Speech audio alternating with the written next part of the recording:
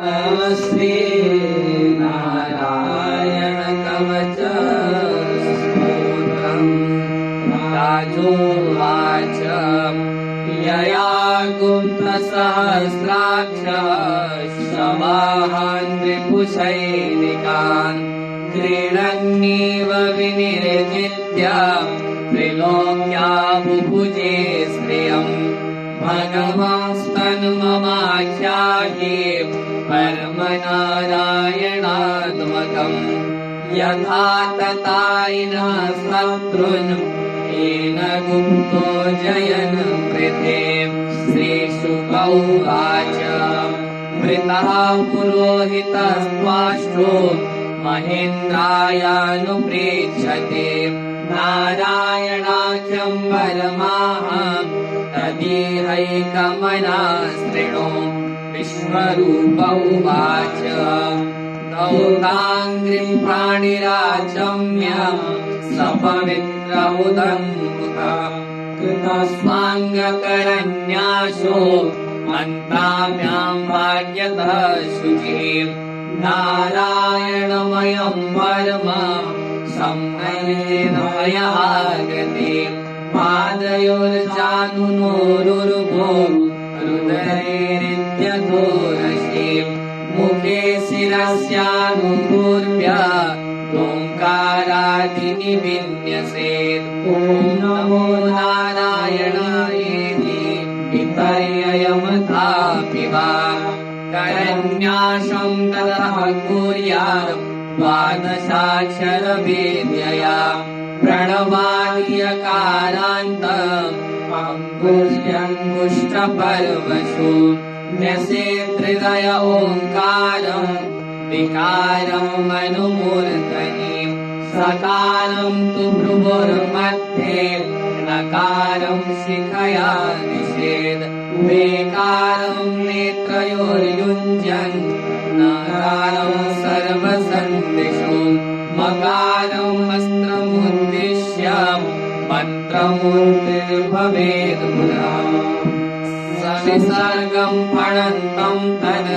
सर्वदिक्षु विनिर्दिशेत् ॐ विष्णवे नमः आत्मानं परमं ध्यायेत् ध्येयं षड्शक्तिभिर्युतम् विद्या तेजस्तपो मूर्तिम् इमं मन्त्रमुदाहरेत् ॐ हरिर्विदधान् मम सर्वरक्षां न्यस्ताङ्घ्रिपद्मपदगेन्द्रपृष्ठे तदार्चरमाशिगदेषु चापं पासान्तरानोष्टगुणोष्टबाहो जलेषु मां रक्षतु मत्स्यमूर्तिम् यादो गणेभ्यो वरुणस्य पासात् स्थलेषु मायावटुवा मनोव्याद त्रिविक्रमखेवतु विश्वरूप दुर्गे स्वटव्याजिमुखादिषु प्रभो मायानृसिंहो सुरयूथपारिः विमुञ्चतो यस्य महाट्टहासम् विषेविनेन्दुर्न्यपतस्य गर्वः रक्षन्त्वशो माध्वनि यज्ञकल्पः स्वद्रष्टयोन्नीतनरो वराः रामो त्रिकूटेष्वतविप्रवासे सलक्ष्मणो व्याद्भरताग्रजोऽस्मान् मामुग्रधर्मादखिलात्प्रमादान् नारायण पातु नरशहाशात् तत्त्वस्त्वयोगादतयोगनाथः पायाद् गुणेश कपिलः कर्मबन्धात् सनत्कुमारोऽवतु कामदेवः त्वद्दर्शिषामापतिदेवहेलनात् देवर्षिवर्यः पुरुषार्चनान्तरात् पूर्वो हरिर्मां निरयादशेषात् तन्वन्तरिर्भगवान् पार्थपद्यात् वृन्दाद्भयादृशभो निर्जितात्मा यज्ञस्य लोकादवता जनान्ता वलोकणार्धोदवसादयेन्द्रः वैपायनो भगवान् प्रमोदा मुक्तस्तुपाखण्डगणाद्रमादान् कल्की कले कालमलार्त्रपातु धर्मावनायोरुकृतावतारः मां केशवो गदया प्रातरव्या गोविन्दासङ्गममार्तवेणुः नारायण प्राणोदात्त शक्तिर्मध्यन्दिने विष्णुरिन्द्रपाणिः देवोपराण्ये मधुः ग्रधन्वा सायं गृहामावतु माधवो मां दोषे ऋषिकेशौताधरात्रे निषेधये गोवतु पद्मनाभः श्रीवत्सधामा पररात्रयीशः प्रत्युषयेशोऽसिधरो जनार्दनः दामोदरो व्यातनुसद्यं प्रभाते विश्वेश्वरो भगवान् कालं मूर्तिः चक्रं युगान्तानलतिगमने मे भ्रमन् समन्तान् भगवन् प्रयुक्तम् दन्तर्ति दन्तर्जरिसैन्यमाशु कक्षं यथा वातसखो हुताशः कदेश निस्पर्शन विस्फुलिङ्गे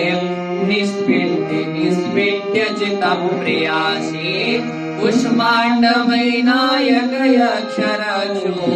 भूतग्रहाश्चूर्णय चूर्णयारिणम् त्वं यातु दानं प्रमथं प्रेतमात्रे पिशाच विप्राग्रघोरदृष्टिम् दरिद्रविद्राभय कृष्णपूरितो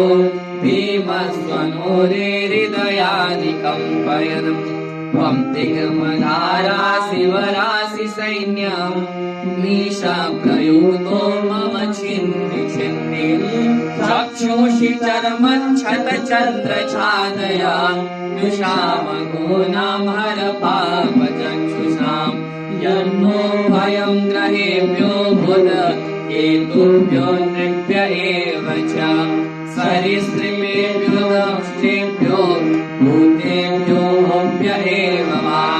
सर्वाण्येतानि भगवन् नामरूपास्त्रकीर्तनात् प्रयान्तु संशयं सत्यो येन श्रेयप्रदीपकाः गरुडो भगवान् स्तुभस्सन्तो मया प्रभो रक्षत्वशेषकृच्छेभ्यो विश्वक्षेण स्वनामभिः सर्वापद्भ्यो हरिर्नाम रूपयायुधानिनः बुद्धीन्द्रियमना प्राणान् पातु पार्षदभूषणम् यथा हि भगवानेव वस्तुतः सदसज्जयन् सत्यज्ञानेन न सर्वे यान्तु नाशमुपद्रवाः यथैकास्यानुभावानां विकल्परहितस्वयं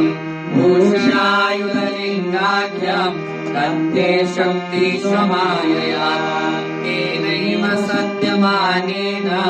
सर्वज्ञो भगवान् हरिः पातु सर्वैस्वरूपेण